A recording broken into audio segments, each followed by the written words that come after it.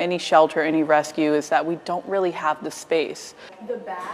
Well, it is a crisis happening at our animal shelters across the country. Pets left sitting in kennels weeks, even months, with overpopulation at an all-time high right now. WDSU anchor Randy Russo tells us about why we're seeing this growing problem and how shelters are thinking outside the box to save these lives. It's really the worst we've really seen in many, many years. I mean, we have 3 dogs in every kennel. It just breaks your heart. For animal shelters across Southeast Louisiana, it's a crisis. Overcapacity while trying to overcome. That's what our mission is to do, is to take in animals in need, and we figure it out later. In just the past year, the number of strays, surrenders, and new litters coming in are now pushing these advocates to the brink. Many of the municipal shelters cannot take animals as surrenders immediately, and so we see animals just let loose in the streets. We're getting in sometimes 5 litters a week. What do you do with 5 litters of puppies? And as a result, it's becoming a do or die situation for hundreds of innocent dogs and cats.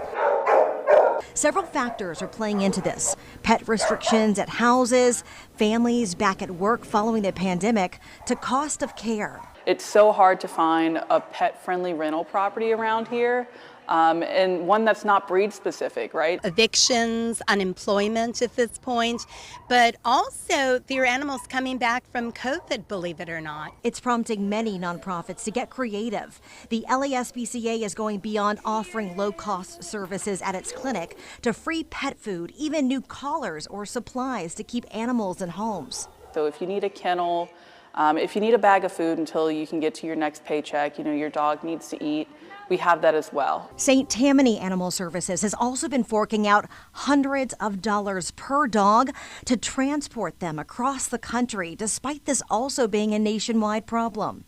3 years ago, the rescues in Canada and Delaware and anywhere we went, they paid the transport fee. They were anxious to get dogs that they could in turn adopt and make some fees off of. Now, if you didn't offer the transport fee, they wouldn't even talk to you. The group is also working with Washington Parish to spay neuter animals for free, which these advocates will tell you is the top way to reduce the population in these shelters. Jefferson Parish has a free spay-neuter for feral cats, and we have seen a huge impact since it went into place many, many years ago. Come on! Animal lovers are also looking to lawmakers to help loosen the leash, so to speak, requiring that spay and neutering be mandatory, or that rentals and insurance companies can't discriminate on certain breeds. We don't have anything like that. And some sort of small breeding permit fee, because you're going to get backlash from the breeders. Because they're just having puppies left and right. And being able to take those puppies, kittens, dogs, and cats out of the shelter into foster homes, or more importantly, adoption, is the simplest way to see results. A permanent, forever home to provide a new leash on life.